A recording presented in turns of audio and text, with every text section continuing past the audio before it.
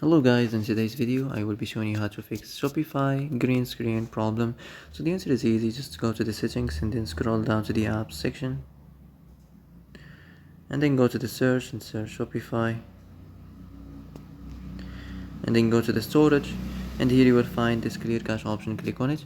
Now you can go check it if it worked, and if it didn't you can try to restart your phone or turn the Wi-Fi off and on, or the Bluetooth or the airplane mode. Also you can try to clear data, but be careful. If you clear data, all this application's data will be deleted. This includes all files, the settings, the accounts, the databases, etc. So be careful if you want to clear your data.